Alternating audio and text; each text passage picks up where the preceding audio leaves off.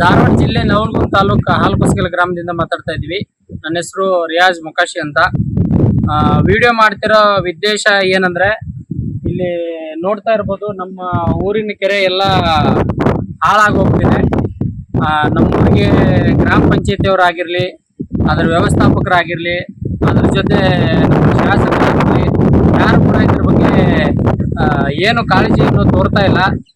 ಏನಂದ್ರೆ ಕುಡಿಯಕ್ಕೆ ನೀರಿನ ಅದ್ರ ಜೊತೆ ನಾವು 1-1.5 ಕಿಲೋಮೀಟರ್ ದೂರದಿಂದ ಹೋಗಿ ನೀರು ತರಬೇಕಾಗಿದೆ. ಒಂದು ವಾರದ ಹಿಂದೆ ಇದೇ ನೀರನ್ನ ನದಿಯಲ್ಲಿ ನಳದಿಂದ ಮನೆ ಮನೆಗೆ ನೀರು ಬಿಟ್ಟಿದ್ರು. ಆ ನೀರಿಂದ ಸುಮಾರು ಚಿಕ್ಕ ಮಕ್ಕಳಿಗೆ ತುರ್ಕಿ ಆಗಿರ್ಬೋದು, ಕಜ್ಜಿ ಆಗಿರ್ಬೋದು, ಅದೆಲ್ಲ ಬಂದ್ಬಿಟ್ಟಿದೆ. ಆರೋಗ್ಯ ಎಲ್ಲ ಹದಗೆಟ್ಟು ಹೋಗ್ತಾ ಇದೆ. ಇಷ್ಟೆಲ್ಲ ಆದರೂ ನಮ್ಮೂರಿನ ಗ್ರಾಮ ಪಂಚಾಯತಿ ಆಗಿರ್ಬೋದು, ಅದ್ರ ಜೊತೆ ನಮ್ಮ ಶಾಸಕರಾಗಿರ್ಬೋದು, ಎಲ್ಲರ ಗಮನಕ್ಕೆ ತಂದರೂ ಕೂಡ ಯಾರು ಕೂಡ ಇದಕ್ಕೆ ಉಸ್ತುವಾರಿ ತಗೊಂಡು ಯಾವುದೇ ಕ್ಲೀನ್ ಮಾಡೋದಾಗಿರ್ಲಿ, ನಳಗಳಿಗೆ ನೀರು ಬಿಡಕ್ ಆಗ್ತಾ ಇಲ್ಲ, ಅವರಿಂದ ಏನು ಮಾಡಕ್ ಆಗ್ತಾ ಇಲ್ಲ. ಅದ್ರ ಜೊತೆ ಕಾಲುವೆಗೆ ನೀರಿದೆ, ಆ ಕಾಲುವೆಯಲ್ಲಿರೋ ನೀರನ್ನ ಕೆರೆಗೆ ತಂದು ಒಗ್ಸೋಕ್ಕೂ ಅವ್ರಿಗೆ ಕೈಯಿಂದ ಆಗ್ತಾ ಇಲ್ಲ. ಸಂಪೂರ್ಣವಾಗಿ ವಿಫಲ ಆಗಿದ್ದಾರೆ.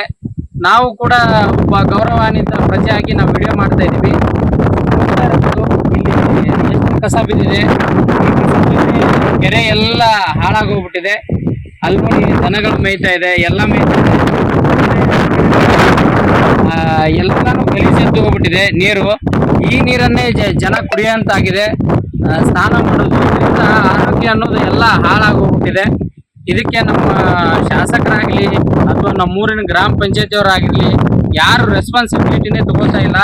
ಇದರಿಂದ ಹಾಲಕುಸ್ಗಲ್ ಗ್ರಾಮಕ್ಕೆ ಇವರೆಲ್ಲರೂ ಸೇರಿ ಹಾಳ ಕುಸಗಲ್ ಅನ್ನುವ ರೀತಿ ಮಾಡಿದ್ದಾರೆ. ಅದಕ್ಕೆ ಈ ವಿಡಿಯೋ ಮುಖಾಂತರ ಅವ್ರಿಗೆಲ್ಲರಿಗೂ ಒಂದು ಎಚ್ಚರಿಕೆ ಕೊಡ್ತಾ ಇದ್ದೀವಿ.